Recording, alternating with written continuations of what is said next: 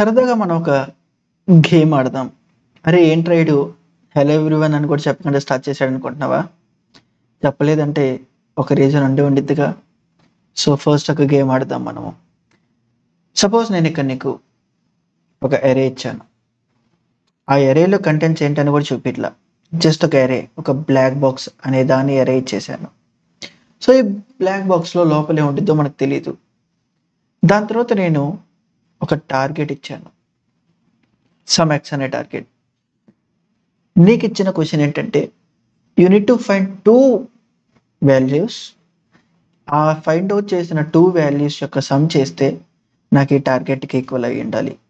Okay, so ఇప్పుడు నీకు వచ్చే ఆ ఫస్ట్ థింకింగ్ ప్రాసెస్ ఏంటి? ఫస్ట్ నీకు జస్ట్ అరే ఇచ్చానని మాత్రమే చెప్పాను. ఆ ఎరే లోపల ఉన్న వాల్యూస్ ఏంటి అనేది నీకు తెలియదు, ఎలా ఉంటాయి అనేది నీకు తెలియదు. బట్ నీ అజంప్షన్ అందులో జస్ట్ ఒక వాల్యూస్ ఉంటాయి, అరే అనేది నీకు ఇచ్చాను, అందులో అరేస్ వాల్యూస్ నువ్వు చూడలేవు. సో ఇప్పుడు మనకు వచ్చిన ఫస్ట్ థాట్ ఏంటి? సింపుల్గా ఎక్కడ ఏ వాల్యూ మ్యాచ్ అయిద్దో అనేది తెలియదు కాబట్టి బ్లైండ్గా ప్రతి ఒక్క డేటాని ఫిక్స్ చేసుకొని రెస్ట్ ఆఫ్ ద అరే కంటెంట్ని ట్రావెల్ చేసి whether that place whatever the pick element we have chosen అది ఎక్స్కి టార్గెట్కి ఈక్వల్ అయిద్దా లేదా అని చెక్ చేయడమేనా? అంటే సింపుల్గా ప్రతి ఎలిమెంట్ని ఫిక్స్ చేసి రెస్ట్ ఆఫ్ ద అరేని ట్రావెల్ చేస్తున్నావు. అలా ప్రతి ఎలిమెంట్కి చేస్తున్నావా అంటే ఓవరాల్గా can I say this one N into N, so N square approach, అవునా? నెక్స్ట్ ఇప్పుడు దీనికి ఇంకొంచెం ఫర్దర్గా నేనేం రివీల్ చేస్తున్నాను అంటే ఇందులో ఉన్న డేటాని ఇప్పుడు నువ్వు చూడొచ్చు అని చెప్పా. వన్స్ చూసిన తర్వాత అందులో నేనేం చెప్పాను అంటే data some sort of way increasing ఆర్డర్లో ఉన్నాయి, ఇంక్రీజింగ్ ఆర్డర్లో ఉన్నాయి. Okay, which means 1 3 7 10 12 and then 31 and then 99 and then 111 and then 10 1992 this way. So ఇప్పుడు మన థింకింగ్ ప్రాసెస్ ఎలా ఉంటుంది? ఓకే, ఇప్పుడు ఆ లోపల ఉన్న అరేని నేను తీసా. So now this is no more a black box, ఎందుకంటే అందులో కంటెంట్ నేను చూశాను కాబట్టి. సో వన్స్ ఇక్కడ నా కంటెంట్ ఏంటో చూసిన తర్వాత స్టిల్ మనము ఇందాక ఏదైతే అప్రోచ్ చెప్పామో దానికే ఫిక్స్ అయి ఉంటామా? లేదు. ఎందుకు? ఇందాక డేటా ఎలా ఉండిద్దో తెలియదు కాబట్టి we made a blind assumption that data can be of anything. కాబట్టి ప్రతి డేటాని ఫిక్స్ చేసి రెస్ట్ ఆఫ్ ద డేటాని వెతకాలి, అవునా? మరి ఇప్పుడు ఇక్కడ నేను రివీల్ చేసిన తర్వాత కూడా స్టిల్ ఇలానే చేయొచ్చా అంటే of course we can, but can we come up with any better approach? Yes. ఎలా? డేటా సార్టెడ్ ఉంటుంది అని చెప్తున్నా. I need to find some target value such that a plus b equals to that target అవ్వాలని చెప్తున్నా. So why don't we do a binary search over there? అవునా కాదా? అంటే సింపుల్గా ఒక డేటా ఎలిమెంట్ నేను పిక్ చేసుకొని రెస్ట్ ఆఫ్ ద డేటాకి instead of doing blindly the linear search manner what we have done previously, అలా కాకుండా ఇప్పుడు నేను దీనికి బైనరీ సెర్చ్ అప్లై చేయలేదు. ఎందుకు? డేటా అనేది రివీల్ చేశా అండ్ డేటా సార్టెడ్లో ఉంది అనేది చూసావు కాబట్టి. సో ఇక్కడేమవుద్ది, ఒకదానికి లాగిన్ అలా ఎన్ ఎలిమెంట్స్కి చెక్ చేయాలిగా. సో సింపుల్గా can I say it is N log n and of course big of N login.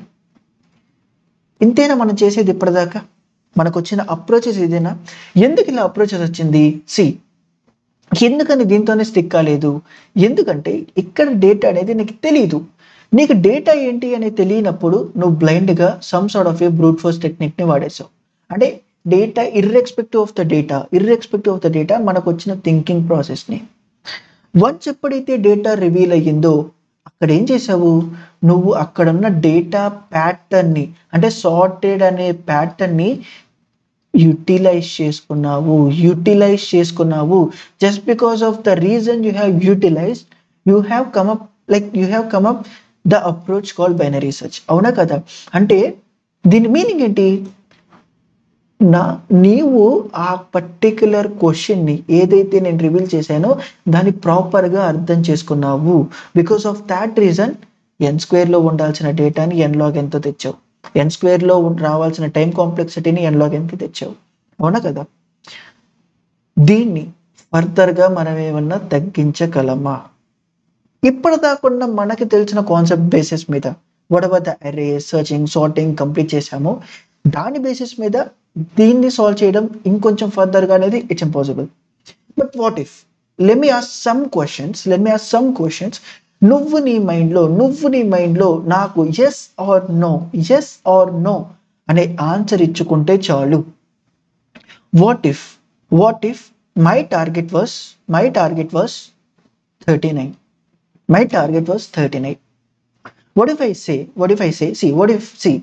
simple గా ఇక్కడున్న numbers ని height of a person అనుకుంటావో, లేకపోతే ఇండివిజువల్ పర్సన్ దగ్గర ఉన్న మనీ అనుకుంటావో, ఇట్స్ అప్ టు యూ. నీవు ఎలా అనుకుంటే నాకు పర్ఫెక్ట్ గా అర్థమైతే నేను చెప్పే కాన్సెప్ట్ విజువలైజేషన్ చేసుకోగలను అనుకుంటావో ఆ పర్స్పెక్టివ్ లో అర్థం చేసుకో. But I'm asking one question. What if I have taken this particular value 1 and what if I have taken this particular value 1992? What was the total amount? 1993. ఇలా వచ్చిన డేటా ఇప్పుడు నేను question అడుగుతున్నా, నా టార్గెట్ కన్నా ఎక్కువ ఉందా తక్కువ ఉందా? I'm asking straight question. ఇక్కడ వచ్చిన నాకు ఆన్సర్ ఏదైతే ఉందో that answer, whether that is greater than target or not. Answer నీకు తెలుసు కదా. సో ఇక్కడ ఏంటి, గ్రేటర్ అయింది అంటే see can I have such an assumption that ఎందుకు గ్రేటర్ అయింది టార్గెట్ కన్నా?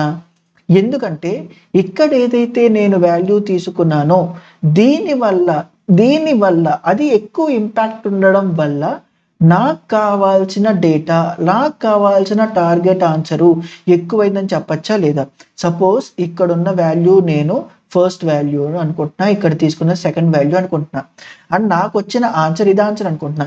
ఇప్పుడు ఈ రెండింటిని యాడ్ చేయడం వల్ల నాకు టార్గెట్ కన్నా ఎక్కువ వచ్చింది అంటే రీజన్స్ ఏముండొచ్చు? ఐదర్ ఏ ఎక్కువ ఉండొచ్చు, బి ఎక్కువ ఉండొచ్చు, అవునా? ఇంతేనా? మరి ఇక్కడ ఏది ఇంపాక్ట్ చేయడం వల్ల ఎక్కువ వస్తుంది నాకు టార్గెట్ కన్నా? బి. అట్లీస్ట్ అదొక రీజనింగ్ ఆన్సర్ లాగా, లాజికల్ ఆన్సర్ లాగా నేను సాటిస్ఫై చేసుకోగల ఆన్సర్ లాగా అనిపిస్తుందా? Of course. So if in case ఇలా రెండు వాల్యూస్ని తీసుకొని దీని ఇంపాక్ట్ ఆన్సర్ కన్నా ఎక్కువ ఉంది అంటే నాకు టార్గెట్ కన్నా ఎక్కువ ఉంది అంటే కనీసం ఈ పర్టికులర్ ఇన్స్టాన్స్ లో ఈ సెకండ్ వాల్యూ అనేది ఇంపాక్ట్ చేస్తుంది, అవునా? సో వాట్ ఇఫ్ ఇలా ఇంపాక్ట్ చేస్తుంది అంటే, వాట్ ఇఫ్ నేను ఇక్కడ ఆ నెక్స్ట్ ఉన్న వాల్యూ తీసుకుంటే, జస్ట్ బికాజ్ ఇది సార్టింగ్ లో ఉండడం వల్ల అగైన్ ఇక్కడ నేను 1 అని ఫిక్స్ చేసి ఇక్కడ ఈ 1992 అనేది ఎక్కువ ఇంపాక్ట్ చేయడం వల్ల ఈ ముందున్న వాల్యూని తీసుకుంటే కెన్ ఐ సే ఇందాక వచ్చిన ఆన్సర్ కన్నా తక్కువ వస్తుంది. అట్లీస్ట్ అది రీజనింగ్ గా అనిపిస్తుందా, లాజికల్ గా అనిపిస్తుందా? తక్కువ వస్తుందా లేదా? తక్కువ వస్తుంది. ఎందుకు? See, it was sorted. Just because of the reason it is sorted, I can make such an assumption, which is straightforward assumption, such that ఇందాక ఏదైతే తీసుకున్నానో అది టార్గెట్ కన్నా ఎక్కువ వచ్చింది అంటే దాని ముందున్న value just because of the reason it has sorted ఇక్కడ వచ్చిన ఆన్సర్ కన్నా తక్కువ వస్తుంది, అవునా? సో కెన్ ఐ సే ఇక్కడ ఎంత వచ్చింది? 112, అవునా? ఇప్పుడు స్టిల్ ఇదేమైంది? నా టార్గెట్ కన్నా తక్కువ వచ్చింది, ఎక్కువ వచ్చింది. Can I say still what ever the second value we have chosen that was impacting? Of course. So then I'm picking this the third one. Ikkada anta 99 and then again it was 100. Can I say again it was impacting? Yes. Then choose this one. So 131, 32. See, clear gaino. ఇప్పుడు ఏదైతే నాకు answer అని వచ్చిందో ఆ answer target కన్నా తక్కువ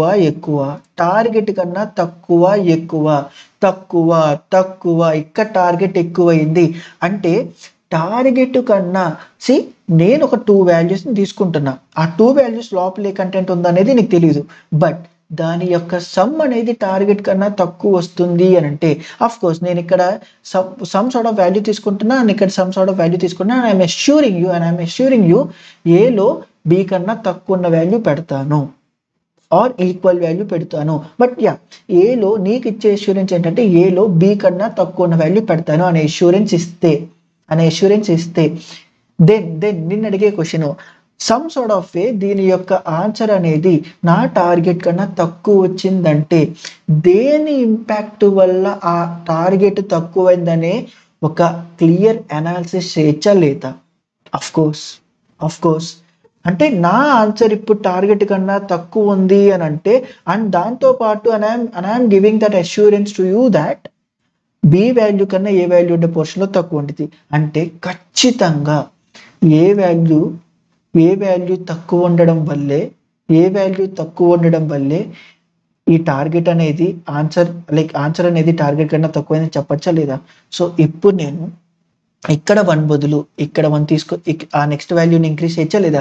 such that ఇక్కడ వచ్చే ఆన్సర్ కన్నా నెక్స్ట్ ఇటు సైడ్ నెక్స్ట్ తీసుకుంటున్నాం కాబట్టి just because of the reason it has sorted నాకు కొంచెం బెటర్ ఆన్సర్ వస్తుందా లేదా? అఫ్ కోర్స్ వస్తుంది.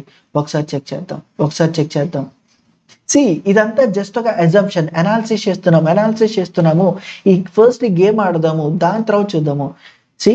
3 and last where we have pointed 31, done 33. Still target కన్నా తక్కువ వచ్చింది. What might be the reason? Of course correct. So increase. So we might ended up with a better approach, better value ఎంత 39. ఈక్వలా కదా?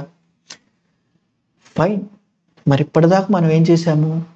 Answer ఏదో పెంచావు, first ఇక్కడిది తీసుకున్నావు, దాని తర్వాత 2 వాల్యూస్ తీసుకుంటున్నావు and you have given such an assumption that A B values తీసుకుంటే A కన్నా బి ఎక్కువ ఉండిద్ది అని చెప్పావు అని దాని బేసిస్ మీద చేసావు. నాకు అర్థమైంది అంటున్నావు. ఫైన్. ఎందుకు ఇదంతా చెప్పావు అని అంటావా? ఏదైతే ఇప్పుడు మనం అనాలిసిస్తో చేసామో, ఏదైతే ఏ కన్నా బి తక్కువ అని అష్యూరెన్స్ ఉండిద్ది అనేది చెప్పానో ఇది ఫస్ట్ ఎందుకు పాసిబుల్ అయింది? Just because of the reason it has sorted. And ఏదైతే ఇప్పటిదాకా మనం మాట్లాడుకొని పెంచి తగ్గించి ఇటు సైడ్ పెంచి అటు సైడ్ తగ్గించామో అలాగే ఈ మెథడ్ని 2 పాయింటర్ మెథడ్ అంటాము. అదేంటి లాస్ట్ వీడియోలో చెప్పావు కదా, ఇప్పుడు ఇదేనా అంటే అఫ్ కోర్స్ 2 పాయింటర్ మెథడ్ అంటే ఇంతే. ఇక్కడ ఏం చేసామో క్లియర్గా మళ్ళా ఇంకొంచెం 2 పాయింటర్ని ప్రొఫెషనల్ వేలో ఎలా చూడాలో అలా చెప్తా విను. ఇందాకడ n² నుండి n log n తెచ్చావు. ఎందుకు? అప్పటిదాకా మనకి తెలిసిన కాన్సెప్ట్స్ అవే బ్రూట్ ఫోర్స్ వాడేసావు. డేటా ఎలా ఉండిద్దని తెలియనప్పుడు బ్రూట్ ఫోర్స్ వాడే యూనివర్సల్గా అది యాక్సెప్ట్. దాని తర్వాత నేను రివీల్ చేసిన థింక్ ఏంటి? డేటా సార్టెడ్లో ఉంది. So some sort of way నీకు ఓకే డేటా సార్టెడ్ ఉంది, I need to find some value such way I can make target or not అనే సెన్స్లో ఉన్నప్పుడు బైనరీ రీసెర్చ్ గుర్తొచ్చింది. Of course binary research thing ఏంటంటే do we really need to apply binary research? Not needed. ఎందుకు? Data ఇక్కడ some sort of ఆర్డర్లో ఉంది and నాకు సమ్ సార్ట్ ఆఫ్ ఒక టార్గెట్ కావాలి. ఆ target lies with in these boundaries అన్నప్పుడు you don't have to blindly apply binary research. ఎందుకు? సపోజ్ ఇక్కడ ఒక పాయింట్ నేను తీసుకున్నా, ఈ రెండింటి data sum greater than the target I need అంటే డెఫినెట్గా దేని వల్ల ఎక్కువ అవుతుంది? దీనివల్ల. So make a move towards left side and again do this. ఎక్కువ ఉందా? of course make a move to the left side and again make a move to the left side. ఇప్పుడు తక్కువ ఉంది, సో రైట్ సైడ్ ఇది ఏని పెంచు తక్కువ ఉంది, ఏని పెంచు ఈక్వల్ 39కి equal. So these were the places A plus B add చేస్తే టార్గెట్ ఈక్వల్ అయింది. ఇందాక అప్లై చేసిన binary research n log n. కానీ ఇది జస్ట్ ఒక ప్రాపర్ క్వశ్చనింగ్ వల్ల, ప్రాపర్ ప్లేస్లో నా వాల్యూస్ని పాయింట్ చేయడం వల్ల, ఇలా పాయింట్ చేస్తున్న ఈ 2 ప్లేసెస్లో ఉన్న డేటాని క్లియర్గా యాక్సెస్ చేసి ఒక క్వశ్చన్ అడగడం వల్ల ఐదర్ ఈ పాయింటర్ని ముందుకు జరుపుతున్నాం లేదా ఈ పాయింటర్ని పక్కకి జరుపుతున్నాము.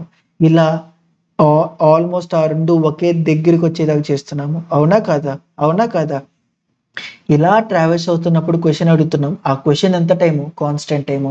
అలా ట్రావెల్స్ అయ్యి ఎట్ మ్యాక్స్ ఎక్కడికి వచ్చింది? మిడిల్కి వచ్చింది. లేకపోతే ఈ చివరిదే ఇక్కడ స్టార్టింగ్ దాకా వచ్చింది, లేదా ఈ ఫస్ట్దే ఈ చివరి దాకా వచ్చింది. సింపుల్గా ఒక ట్రావెల్స్ సరిపోతుందా లేదా? అఫ్ కోర్స్ సింపుల్గా ఇక్కడ మనకి ఒక అరే ట్రావర్సింగే సరిపోతుంది. ఒక సింపుల్ అరే ట్రావర్సింగ్ సరిపోతుంది. Traversing of N array time complexity ఎంత? Big of 1. And this is the reason two pointer method యొక్క బ్యూటీనెస్ వస్తుంది. And this is why we will be using two pointer method. ఎందుకు?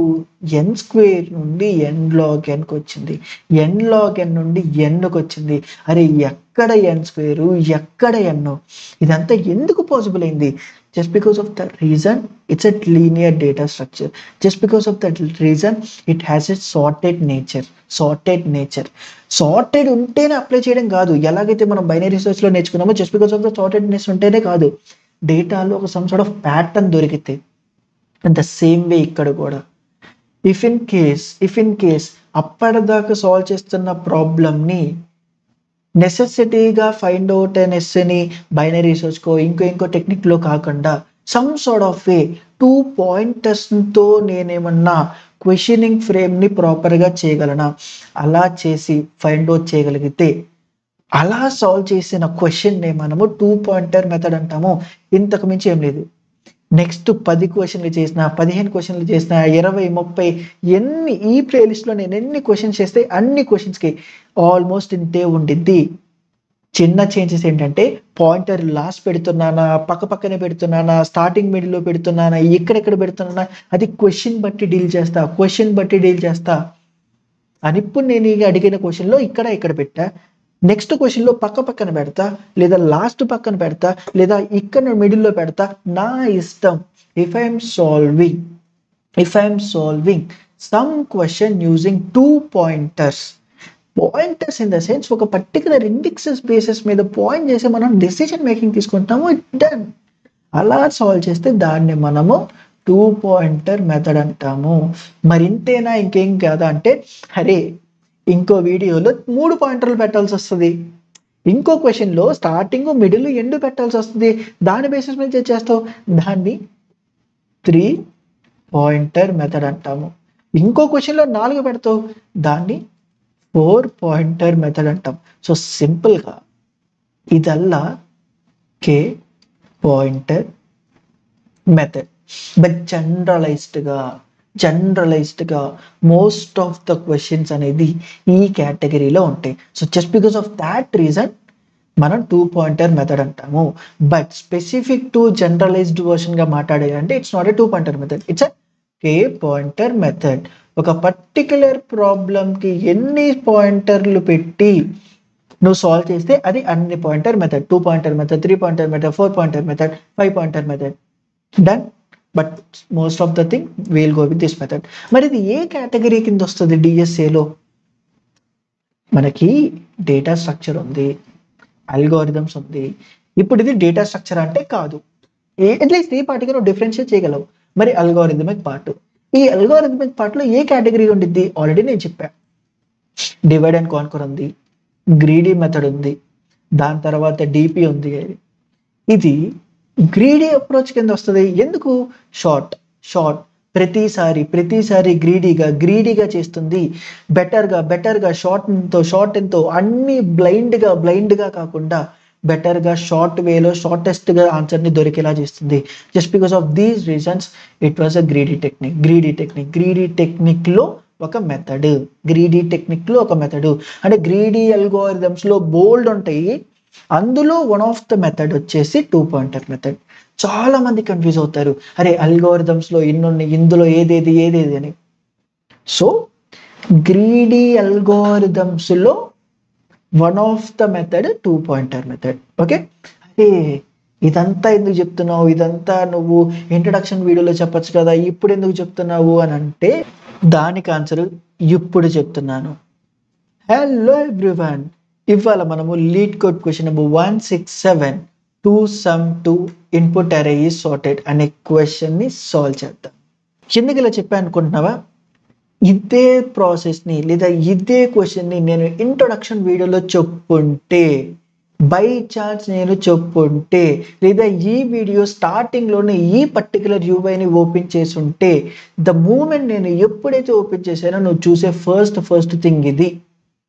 సో నేను ఏదైతే చెప్పాలి అనుకుంటున్నానో అది చెప్పడం నువ్వు వినడం ఆపేసి ఓకే 2 పాయింటర్ మెథడ్ అంటే చాలా కష్టము, దీన్ని ఎక్స్ప్లెయిన్ చేయడానికి మీడియం క్వశ్చన్ ఓపెన్ చేశాడు అని నువ్వు వినడమే ఆపేస్తావు. అండ్ ఇదే యూఐని నేను ఈ వీడియో స్టార్టింగ్లో చూపించుంటే ఇందుకే 2 పాయింటర్ మెథడ్ కష్టము, కానీ లాస్ట్ వీడియోలో 10% కూడా భయం ఉండదని సొల్లు మాటలు చెప్పాను అనుకుంటావు. అండ్ ఇప్పుడు చెప్తున్నా, ఇందాకడ మనం ఏదైతే క్వశ్చన్ని సాల్వ్ చేశామో ఆ పర్టికులర్ సాల్వ్ చేసిన దానికి క్వశ్చనే ఇది, lead code question number 167. Solution already తెలుసు. అండ్ ఇప్పుడు చెప్తున్నా, దాని ట్యాగ్ వచ్చి మీడియము. అండ్ ఇప్పుడు చెప్పు, 2 పాయింటర్ మెథడ్ నీకు కష్టంగా ఉందా? లేదే. అండ్ ఇదే కాదు, ఈ ఎంటైర్ ప్లేస్లో నీకు ప్రతి క్వశ్చన్ ఇలాగా అనిపించేలా చేసే బాధ్యత నాది. నువ్వు చేయాల్సిన పని ఒకటే, నీకు నచ్చితే కామెంట్ చేయడం మాత్రం మర్చిపోవద్దు. అసలు ఈ క్వశ్చన్ మనం ఎందుకు మరి అంత బెటర్గా సాల్వ్ చేయగలిగాము అని అంటే, ఎప్పుడైతే నేను నీకు ఒక అరే ఇచ్చాను అన్నానో నీ మైండ్లో డేటా అనేది ఎలా ఉందో అనేది తెలీదు. సో దట్ నువ్వు నాకు ఇచ్చిన థింగ్ ఏంటి, n² అప్రోచ్. సో ఎప్పుడైతే అందులో డేటాని నేను రివీల్ చేశానో ఆ డేటాని నువ్వు అర్థం చేసుకున్నావు. సో బ్లైండ్గా నేను వెళ్ళక్కర్లేదు అనే థింకింగ్ ప్రాసెస్కి వచ్చావు, కాబట్టి n-log అనే అప్రోచ్ ఇచ్చావు. అండ్ ఇప్పుడు ఎప్పుడైతే నువ్వు 2 పాయింటర్ మెథడ్ అనేది ఎగ్జిస్టెన్స్లో ఉంది అని తెలిసిందో అప్పుడు అదే పర్టిక్యులర్ క్వశ్చన్ని ఇంకొంచెం అనలైజ్ చేయడం స్టార్ట్ చేసావు, ఇంకొంచెం క్వశ్చన్ని అర్థం చేసుకోవడం స్టార్ట్ చేసావు. అందుకే ఇది n-లోకి వచ్చింది. అండ్ ఇప్పుడు ఈ క్వశ్చన్ని ఫాస్ట్గా చదివేసి మనం ఫాస్ట్గా ఇంప్లిమెంట్ చేసేద్దాము. Given a 1 index array of integer numbers that is already sorted in non-decreasing order. Find 2 numbers such that they ended up to a specific target number. Let's these 2 numbers, like whatever the numbers of index and second index they were making, that it will be like 1 less than or equals to whatever the first index we are picking and whatever the second index we are picking and then equals to nums dot length అంటున్నాడు. సింపుల్గా ఈ రెండు ఇక్కడ less than మాత్రమే ఉంది, అంటే ఈ రెండు ఇండెక్స్లు ఐ లెస్ దాన్ అయ్యేలాగా మనం పిక్ చేసుకోవాలి. It should not be equal అనమాట. And then return indices of 2 numbers, index 1 and index 2 added by 1 as like integer array of length 2. Of course we need to return that integer part of 2 length. The test is generated in such a way that exactly one solution will be there. You may not use the same element twice. See, you may not use same element twice. Your solution must use only constant extra space. So ఇప్పటిదాకా మనం solve చేస్తుందంటే ఏమన్నా extra space వాడుతున్నామా? లేదు.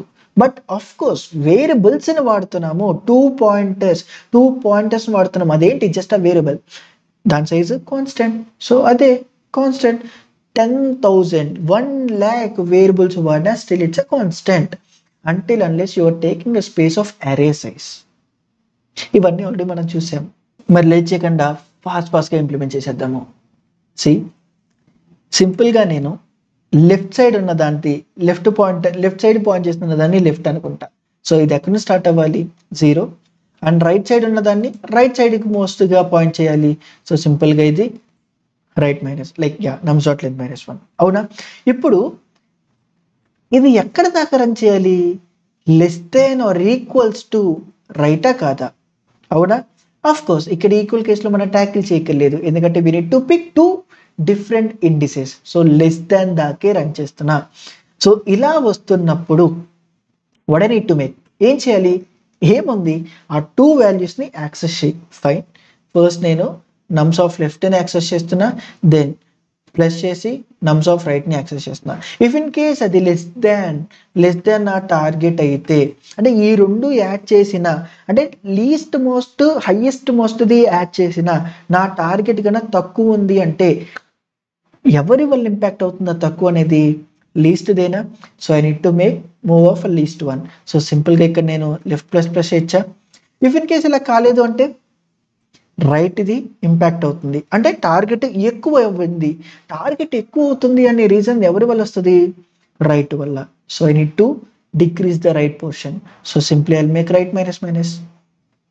Then in between of this a particular కేసులో అయినా see whatever, అంటే ఈ పోర్షన్లో డేటా అనేది ఈక్వల్స్ టు టార్గెట్ అయితే simply I'm going to return my array of that particular index left and then right. But ఇక్కడ array 1 based index నుండి అంటున్నాడు కాబట్టి of course left +1 and I'm going to do right +1 and solution there exists exactly one solution, అంటే solution must గా exist అయ్యి ఉంది అంటున్నాడు కాబట్టి డెఫినెట్గా ఇది ట్రిగర్ అయ్యే ఛాన్స్ ఉంది. డెఫినెట్గా ట్రిగర్ అవ్విద్ది, ఛాన్స్ కాదు. అండ్ ఇక్కడ ఆ ఫార్మాలిటీని ఫినిష్ చేయడానికి simply I'm making return +1. Like yeah you can directly make here -1 but it won't trigger. అంతేనా? అయిపోయింది. పేరుకే మీడియం, అక్కడ నువ్వు భయపడే రాయాల్సినంత ఏం లేదు. Of course fine, nums dot number maybe yeah we can make it as నంబర్ని నమ్స్ అనేస్తున్నాను so that I don't have to rechange everything. Fine, ఆ చిన్న మిస్టేక్స్ ఏముందలే కానీ ఇనిషియల్ టెస్ట్ కేసు యాక్సెప్ట్ అయిపోయింది. ఒకసారి సబ్మిట్ చేద్దాము. పేరుకి మీడియం తప్ప ఇందులో ఏమన్నా ఉందా? ఇప్పుడు చెప్పు, బైనరీ సర్చ్ అప్రోచ్తో ఇది కష్టంగా ఉందా, 2 పాయింటర్ మెథడ్తో కష్టంగా ఉందా అనేది కామెంట్ చెయ్యి. See beats 93%. ఇదే ప్రాబ్లం నీకు గుర్తుంటే మనం బైనరీ సర్చ్తో చేసాం కూడా. ఇఫ్ ఇన్ కేస్ నీకు తెలియపోతే హోల్ డిఎస్ఐని తెలుగులో చెప్తున్నాను, ఒకసారి ఛానల్ని చెక్ చేయి. అండ్ యా ఆబ్వియస్గా టైం కాంప్లెక్సిటీ ఎంత? అరే ఆల్రెడీ చూసాము, big of N. Okay, so if in case నీకు వీడియో నచ్చినట్టయితే కామెంట్ చేయడం మాత్రం మర్చిపోద్దు. And you can support me using super thanks. And ఫైనల్గా నేను చెప్పే మాట ఒకటే మామ, నువ్వు భయపడకు. నువ్వు భయపడే అంతలా ఏమీ లేదు డిఎస్ఏలో. ట్రస్ట్ మీ, కొంచెం కూడా భయపడకుండా నీ హోల్ డిఎస్ఏ జర్నీని కంప్లీట్ చేసే బాధ్యత నాది. ఎలాగైతే నీకు సార్టింగ్, సర్చింగ్, ఎరేస్ అప్పుడు ఆ ఫీల్ వచ్చిందో ఇలానే 2 పాయింటర్కి వస్తుంది, స్లైడింగ్ విండోకి వస్తుంది, నెక్స్ట్ చెప్పబోయే ప్రతి డేటా స్ట్రక్చర్ అనే అల్గోరిథంకి వస్తుంది. అండ్ నువ్వు చేయాల్సింది ఒకటే, కామెంట్ చేయడం. నేను చేయాల్సింది ఒకటే, నీకు చెప్పడం. సేమ్ వే పైథాన్లో కూడా చూసేద్దాము. కొంచెం అంటే కొంచెం కూడా మారదు. సి లెఫ్ట్ని ఇనిషియల్గా పెట్టేసుకున్న నా లెఫ్ట్ దాంట్లో అనేది నా రైట్ దాంట్లో. సో ఇక్కడ ఇఫ్ ఇన్ కేస్ నా total like whatever the target equal అయితే, so that was the index I need. So సింపుల్గా లెఫ్ట్ +1 అండ్ రైట్ +1 చేసిన just because of the reason ఇది 1 ఇండెక్స్ కాబట్టి. ఇఫ్ ఇన్ కేస్ అలా కాకపోతే ఈ రెండింటిని యాడ్ చేసిన తర్వాత నా same less than the target అయితే ఏది ఎఫెక్ట్ చేస్తుంది? లెస్సర్గా ఉన్నది. లెస్సర్గా కంట్రిబ్యూట్ చేస్తుంది, ఎఫెక్ట్ చేస్తుంది. So I'm making a move out to words right side. So సింపుల్గా లెఫ్ట్ +1 చేస్తున్నా, ఇలా కాకపోతే రైట్ -1 చేస్తున్నా. అండ్ యా ఇలా ఆన్సర్ సొల్యూషన్ ఎగ్జిస్ట్ అయ్యి ఉందన్నాడు కాబట్టి డెఫినెట్గా 100% షూర్ షార్ట్గా ట్రిగర్ అయ్యింది. ఇఫ్ ఇన్ కేస్ అలా కాకపోతే ఇక్కడ ఇలా వాడు ఆ ఎష్యూరెన్స్ ఇవ్వకపోతే అప్పుడు ఇది ట్రిగర్ అయ్యింది. బట్ ఫర్ దిస్ క్వశ్చన్ లోపల ఉన్న అంటే వైల్ లూపుల్లో ఉన్న if else like that return part must and should గా హిట్ విత్ ది ఓకే అని ఒకసారి సబ్మిట్ చేస్తున్నా. See, accepted. So comment చేయడం మాత్రం మర్చిపోద్దు. And that's it for this video. Thank you.